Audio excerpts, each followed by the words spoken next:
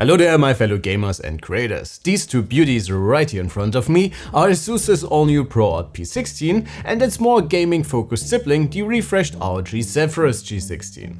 They share much of their underlying DNA and of course come in the same overall form factor and almost the same chassis, but with some major differences in key areas. Their respective audiences are actually very well distinguished from one another. With AMD's excellent new Strix Point CPU beating at the very heart of the sleek chassis, and with RTX 40 series cards driving the GPU side of things, performance will be pretty similar, still with a higher RAM config and a 4K OLED that is limited to 60Hz. The ProArt is supposed to cater much more to creators, while the Zephyrus covers the gamers and lifestyle users.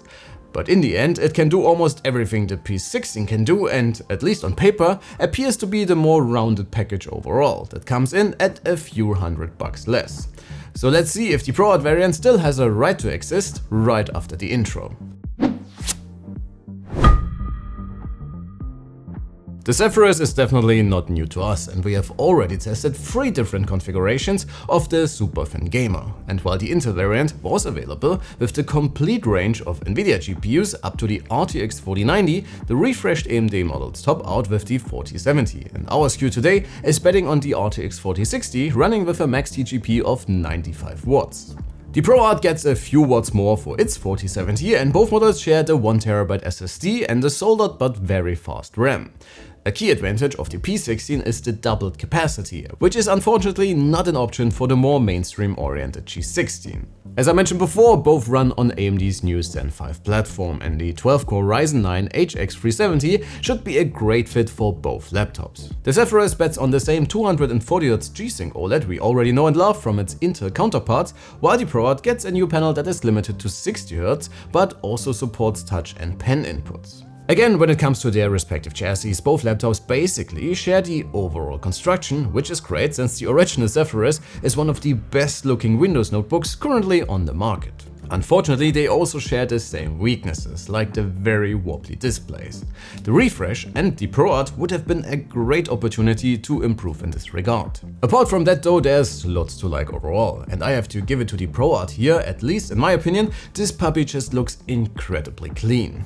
In typical matte black notebook fashion, it picks up fingerprints like crazy, but it's very easy to clean, and with minimal branding, it's a great companion for the office. That said, the Zephyrus also looks great, but with its LED bar on the display lid, dedicated function buttons and a more gamery font on the keyboard, it's slightly louder with its design language. The port situation is once again the same for both laptops. We get the power connector HDMI 2.1, USB-C 4.0, a USB-A 3.2 Gen 2 and the audio port on the left, and on the right you can find an additional USB-A 3.2 Gen 2 and another USB-C, this time in the 3.2 Gen 2 variant, next to a full-size SD card reader.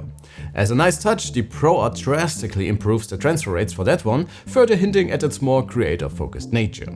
Underneath their slightly different outer shells, we get pretty much the same internals, with soldered RAM and a pair of NVMe slots. If you remember our initial G16 review, you might also recall that we have not been the biggest fans of the 3-fan arrangement due to the noise from the smaller system fan. So it will be very interesting to see if Asus was able to mitigate this problem on the new models. When it comes to inputs, we can keep it short. Both keyboards are excellent, with generous travel, a solid pressure point and satisfying overall tactility.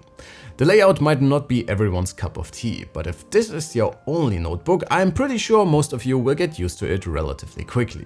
The touchpads offer great clicks and lots of surface area, and like the smaller PX13 we tested already, the P16 adds a dial for certain system functions or specialized controls in creative apps. As I mentioned already, the OLED in the ProArt is also touch and pen enabled. While the former is a very welcome addition, for me, using a pen on a traditional laptop form factor is great if you need to do something in a pinch. However, for longer periods of time, it is definitely not a very ergonomic drawing or editing position, especially not with this super wobbly display. Speaking about displays, well, this is a tough one. Being a creator myself, I really enjoy the crispy appearance of the ProArt's panel, and with almost 100% coverage of sRGB, Adobe RGB and DCI-P3, and very accurate factory calibration, it's a great screen for color critical work on the go.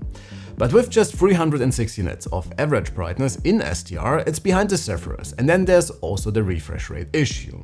I get Asus's reasoning behind this, and after all, the G16 exists with its excellent 240Hz OLED. But it is still a tough pill to swallow, especially since most of the 2023 creator laptops in the company's lineup, like the ProArt StudioBook or something like the excellent Zenbook Pro 16X, came with 120Hz panels as well. It might very well be that those panels are simply not available to Asus anymore. Or maybe it was a very deliberate decision to differentiate both models more clearly from each other. But yeah, while the ProArt OLED looks great and did not bother me while editing photos or videos, everything just feels much more snappy and smooth on the G16.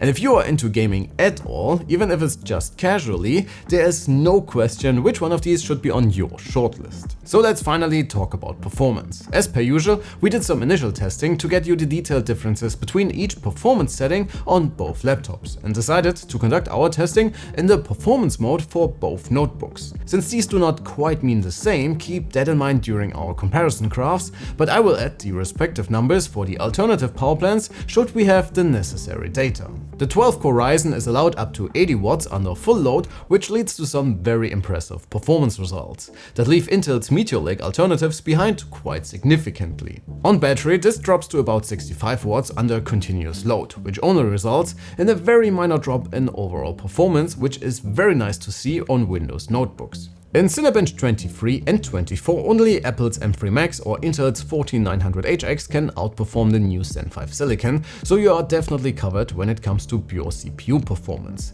both when it comes to multi-core and single-core applications. As you can see, the difference between the G16 and the ProArt is also marginal despite the different performance modes, and non-existent when both run at the same settings. System performance is excellent for both notebooks, once again, even though the G16 has the edge here despite its slower GPU.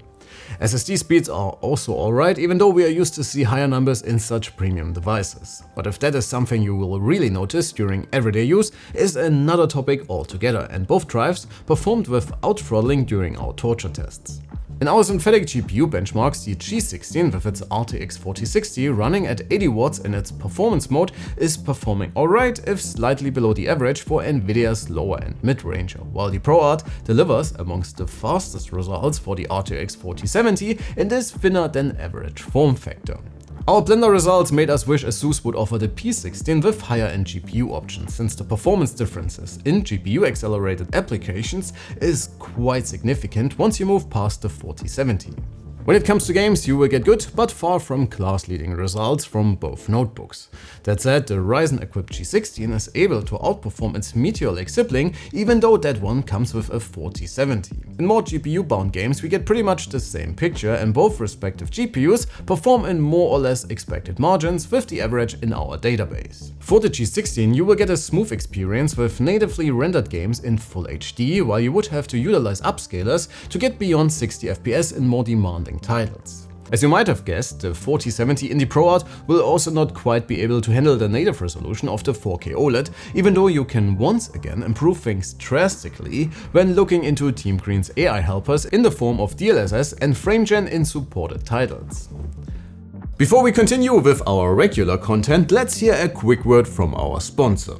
Together with Nvidia and our German retail partner Notebookcheck, we are going to tell you how we utilize Team Green's latest 40 series GPU architecture and Nvidia's studio-validated laptops for our video production. We use DaVinci Resolve to edit our videos for the channel, and Blackmagic software suite just loves a fast, dedicated GPU. In addition to the more traditional editing workflow, it also features a few AI tools that are actually useful and immensely accelerated by Nvidia's Tensor cores.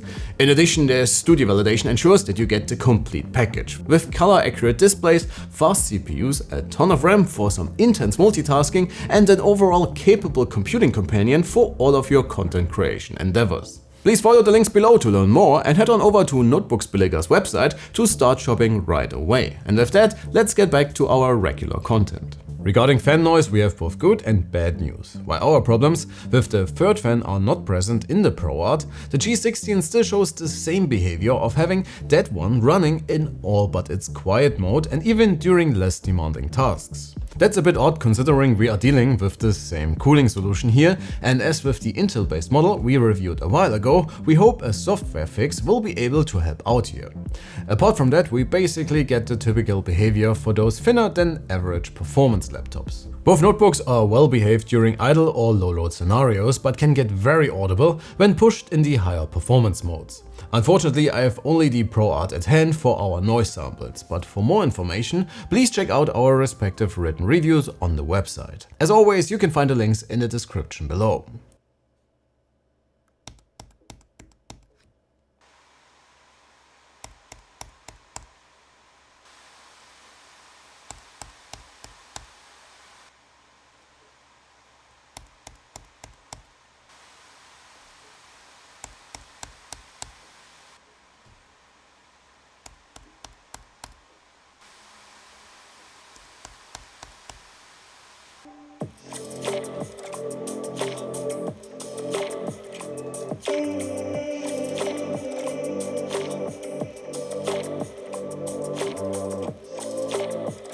So how about battery life? Well, in our Wi-Fi test with the screen at 150 nits, set to 60 Hz and using a website script that aims to simulate surfing the web with loads of different content, both Asus notebooks perform okay, without any real surprises or disappointments. When looking at our video tests though, the ProArt surprised us quite a bit with 21 hours of playback away from the wall. But interestingly, the G16 cannot keep up, despite the same CPU and battery capacity, which is once again a little odd.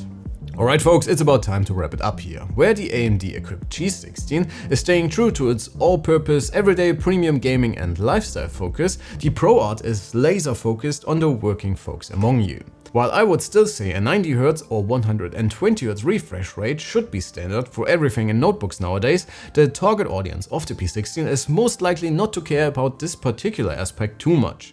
And with quite a bit of performance in a sturdy, well-made chassis, well, except for the hinges, great inputs and an okay amount of ports, the P16 is a pricey but attractive option for everyone that can put its qualities to good use. If you can stomach the 32GB memory limitation though, the Zephyrus can do almost everything just as well, and again, if you are gaming in any capacity, there's simply no reason to pick the P16 despite the performance differences.